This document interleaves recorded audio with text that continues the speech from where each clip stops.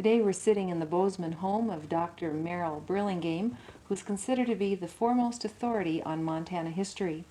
After serving some 30 years as head of the history department at MSU, he is now a professor emeritus of the history department. He has authored 2 books, many articles on the subject, and he's a gentleman that I've been eager to meet for a number of years because we have used your wonderful Montana historical calendar for about 3 years on Today in Montana, Dr. Burlingame, and it's been a real addition to our program, and we do thank you for it. Well, it's fun putting it together. Dr. Burlingame, I think a question I always love to ask historians of Montana history is, if you could have been anyone in Montana history, living or dead, who would you most have liked to have been and why? That's a tough one because there have been so many interesting people who made a contribution, who enjoyed doing it. But what about Lewis and Clark? Both of them, huh? Say Clark because he got along with himself rather better than Lewis, although Right. I admire Lewis greatly. And actually Clark had more to do with the Bozeman area than Lewis did, right? It was Clark and his group who came through the Gallatin, yes. You bet. But there have been many, many people who have made a great contribution and had great fun doing it. Mm-hmm. In terms of the various eras in Montana history, starting with the early fur trade right up to modern times, is there one era that's a favorite of yours in teaching or reading or writing about? Well, I haven't done any particular writing about it, but a very constructive period in Montana history was after the War of the Copper Kings, when we had a number of prominent people coming along with strong ideas: Joe Dixon, Tom Walsh, B.K. Wheeler, and we call it, for want of anything better, the progressive period, although we didn't have that period exactly. But there were a lot of constructive things going on at that time. Because you've written a book on the territorial history of Montana, and what a struggle we had in becoming a state. We did indeed. We had a terrible time, and it seemed like the Democrats and the Republicans were fighting even then, more almost than today, right? Well, this was a case of the Republicans in Washington and the Democrats in Montana. Right. In that day. They were split right down the middle. But it was a great day, and we made a good lot of accomplishment within that long 25-year period. We were territory. Of all the industries that we've had in the state, which one do you think has most contributed to the development of Montana? Well, I suppose mining stands out in the past, and now in the eastern part of the state it looks as if it would go on forever, we hope. In connection with that, Dr. Burlingame, we often hear that Montanans have really been, and the state has really been, a victim of exploitation. That from the very beginning there's been exploitation of the furs, and then the minerals, and then the lumber, and now of course the coal. How do you respond to that, looking at a more broad view of the word? I've howled for 50 years about everything going down the river and nothing being left, which is exploitation, of course. But we have a conservative student group, and someone was always taking me aside and saying gently, look, this is extraction. We can't leave these minerals in the ground. We must use them, which is a good point. So it seems to me we're coming into this philosophy of extraction rather better. We have the severance taxes. Something's going to be left behind. We're going to restore the area of open pit mining. And if we can get a perpetual yield in our forests and take care of our grasses, store our water and develop our electricity, we can have a happy time in the future. That's a very progressive answer for a gentleman that's almost 80. That's great.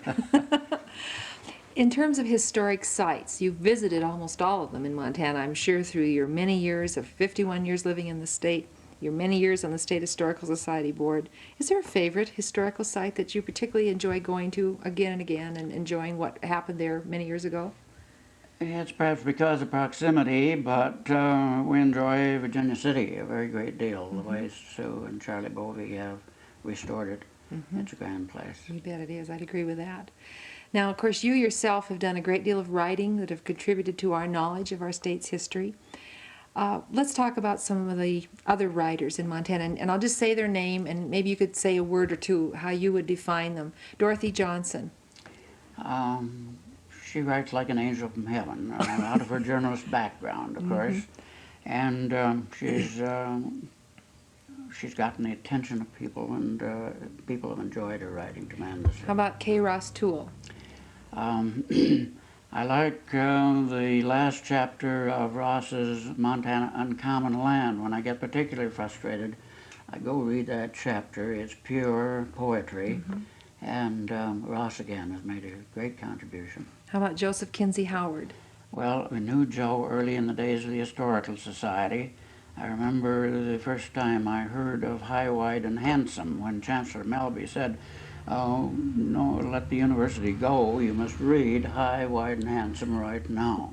It had a tremendous impact upon Frank Montana. Bird Linderman. What about him? He caught the spirit of Indians, particularly, in a pioneer period. Bud Guthrie? He, of course, is our best-known writer, our most nationally recognized writer, and he's made a tremendous contribution. He comments that what would have happened to me if I could have had a copyright on the term Big Sky. Oh boy, wouldn't he be wealthy though. And then bringing up to date a couple of gentlemen that I know you're happy to brag about because you were responsible to help them develop the Department of History here at MSU. They've come along since you've been gone, but I'm talking about Michael Malone and Richard Roeder and all the fine writing they've done bringing up Montana history to date. What would you say about their contributions? Yes, indeed. They're two of my favorite characters. And they have come along with the best, most concise, most complete history. And from there we can proceed much more clarity than we have before for all these years. So you think that the future of Montana history as far as academics is in pretty good hands with those two gentlemen? Oh, yes, yes. Okay. You're not at all prejudiced that they're at MSU, of course. I am. We value them. All right. Now, you were in the classroom for many, many years. Many students, I don't care whether they're little kids or big kids, find history very boring. What did you do to try to make them see that it can be one of the most exciting subjects they'll ever take in school? Well, along with that, I've put a great many students to sleep regularly, of course. But I don't know that anyone has a secret, but I tried to get them interested and concerned.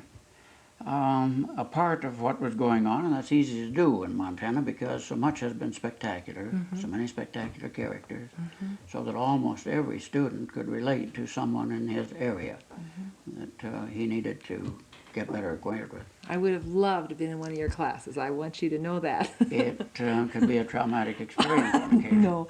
Now then, as we move into the final moments of our interview today, Dr. Burlingame, I think a lot of us have the thought that history is 100 years ago or 50 years ago. We forget that it's yesterday and that each of us can be our own historians. Is that right?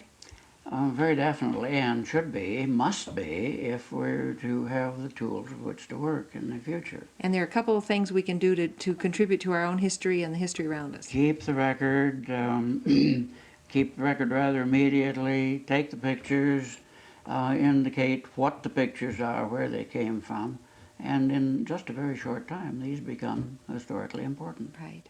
Well, you have contributed so much to the appreciation many of us have of Montana history, and we want to thank you for the privilege of coming into your home today and having this face-to-face visit with a gentleman I've long wanted to meet. Well, you're very kind.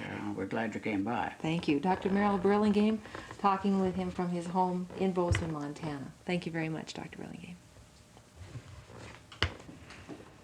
Well, you still have about 40 seconds. Okay, left. well that's fine.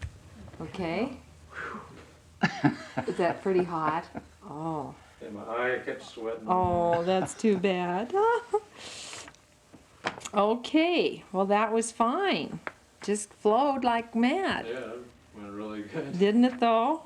Didn't have to stop at It all. went by in a hurry. Didn't it go by in a hurry? I decided to leave out those 10 most outstanding Montanans because that's kind of hard. Yes, it takes time. It takes too much time. But I would like to see your list. Do you have your list written out? Yeah. Love to see what you've written down. Oh, look at all these lovely answers. Governor Potts, Wilbur Sanders, James Fergus, Granville Stewart, Paris Gibson, father of Alexander Culbertson, Conrad Kors, John Bielenberg, Cornelius Hedges, and Charlotte